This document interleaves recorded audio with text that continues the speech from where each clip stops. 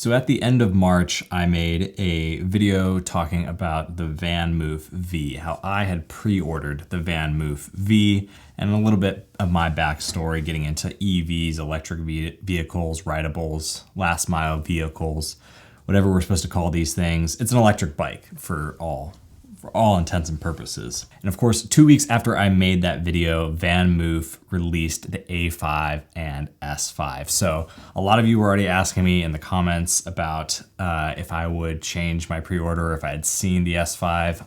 I have. And so I wanted to make this video to talk about how I'm, I guess, moving forward. And I think I'll just throw it in the title. Why not? You already know it. I'm changing my Vanmoof V pre-order to the S5. I will explain in this video why I decided to make that change. Also some of the reservations I still have with the S5, but why I think it'll be a better bike for me. And I'll just come out of the gate and say it. The big reason why I wasn't gonna go with the S3 prior to the S5 announcement was that the S3, let me see if I can keep these all straight. The S3 was built for riders that were 5'8" and taller, 5 feet 8 inches. I'll put the metrics in this video as well so everyone can follow along, but I'm 5'8". I've been on the S3 and it just felt a little bit too tall for me. I tend to have a larger torso with smaller legs, I think is where I sit somewhere in this world, comparatively speaking.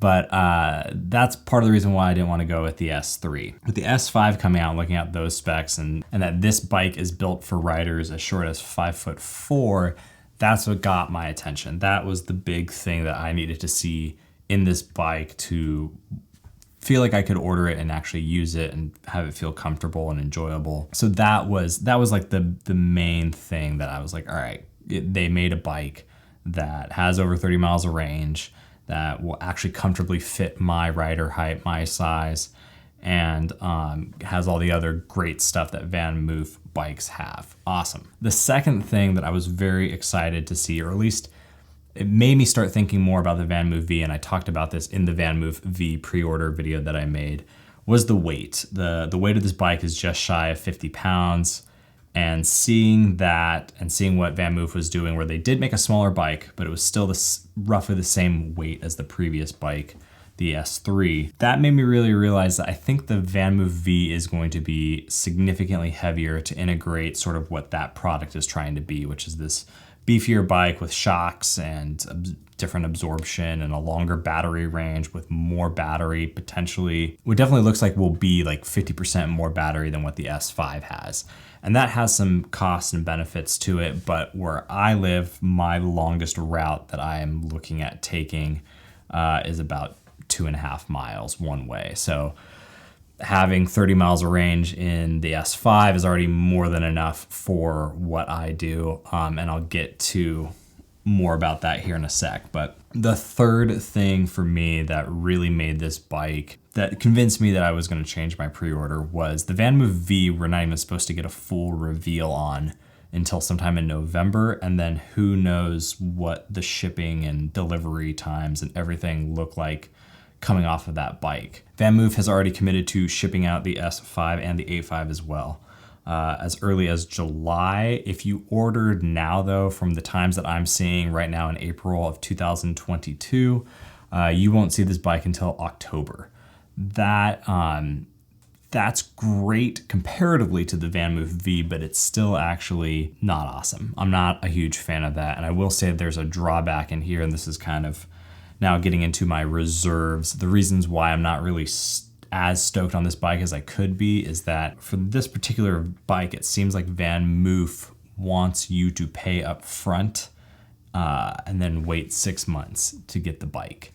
Not even Tesla makes you pay this much money up front to not see your vehicle in 6 months or a year maybe, who knows? So that's kind of not cool. That's kind of not awesome. I get that they probably have challenges as far as like making the bikes and actually shipping them and putting them into the pipeline. If you're someone who, if you're looking to shell out that money, needs to have that value returned to you immediately because you're using it as a commuter bike or you're using it as something that's actually replacing a vehicle, That's really not a good deal. That's kind of a whiff for me on this setup. The second thing that I'm still really not sure about is this whole like light bar and app phone integration thing. Vanmoof, when they did the announcement, showed the whole Vanmoof app rider integration along with the mount to the bike.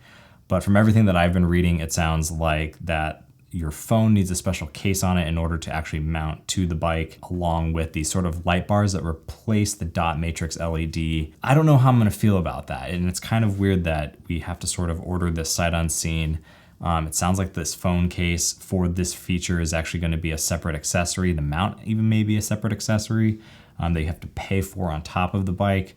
It does not look like it comes with it. So if something like that changes, I'll update that in the comments below. But I'm hoping that it's a process that Vanmoof has really thought out, because it is a very new departure from what they've done in past bikes, what they have a history and knowledge and know-how of doing. But I'm slightly optimistic. I do love the way that it looks.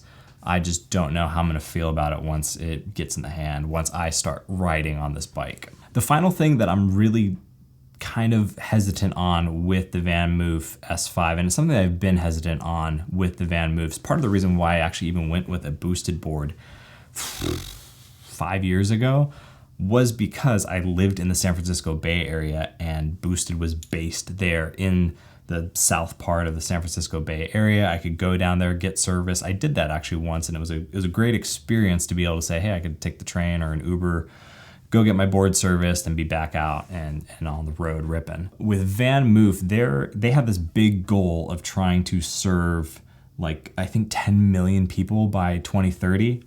But the closest Vanmoof shop, I guess, to me for service now is like 4 hours away in Seattle, Washington. I live on the clear other end of Washington state, actually technically in North Idaho. So I'm a whole state away. I would really love to see Vanmoof get on board with more like home repair, home service, or come out with some type of service plan so other bike shops can I guess perform service on their bikes, because right now I'm just not going to give Vanmoof the money to do the like bike thief protection stuff and the service plan stuff. I would love to do that. It'd be great to have that option, but being 4 hours away from the nearest center, just kind of, I'm not going to do it. I'm not going to do it. And I would like, just for the whole sense of like easy repairability, like to see Vanmoof publish more things on their site about how to self-service your bike, or at the very least just put information out there, put a program together so riders that are not clustered in these like massive cities, people who live in smaller towns that still want to ride bikes, which is a thing, by the way, make it easier for us to get access to service, whether that's self-service or our local bike shops being able to apply for that service locally here. That would be super cool. And I think it'll be integral actually to Vanmoof's plan. Otherwise, they're gonna have to open up thousands of stores across the US and Europe, maybe other places too. I don't know if that's what they're gonna do, but if they are gonna do that, they better start showing that they're gonna do that soon. Because yeah, everyone wants to have good support. Anytime you have a vehicle or something that you're gonna rely on for getting somewhere for work, or just to take you around, like you want good service. So there we are, 3 things that I am definitely stoked about: the size, weight, and the fact that this bike will actually probably show up sometime in 2022. And a few things that I'm just a little bit bummed on, or at least I'm still kind of wondering, like, hey, where's this going? But nevertheless, that is enough for me to still be stoked enough to say, yeah, I'm gonna move forward with the S5. I'm not gonna grab the Vanmoof V, at least for right now. Leave a comment down below if you switched your pre-order, or if you're just gonna pre-order the A5, the S5, or if you have another type of EV last mile vehicle, something you get around on that you dig. Thank you all so much for watching. My name is Stephen Foster. Subscribe to this channel if you have yet to, and I'm honored and stoked and so grateful for all of you who already have. Be kind both in life and in the comments below, and like this video to send good vibes across the internet. Electric good vibes. And we'll do it again soon. All right, later. Yeah.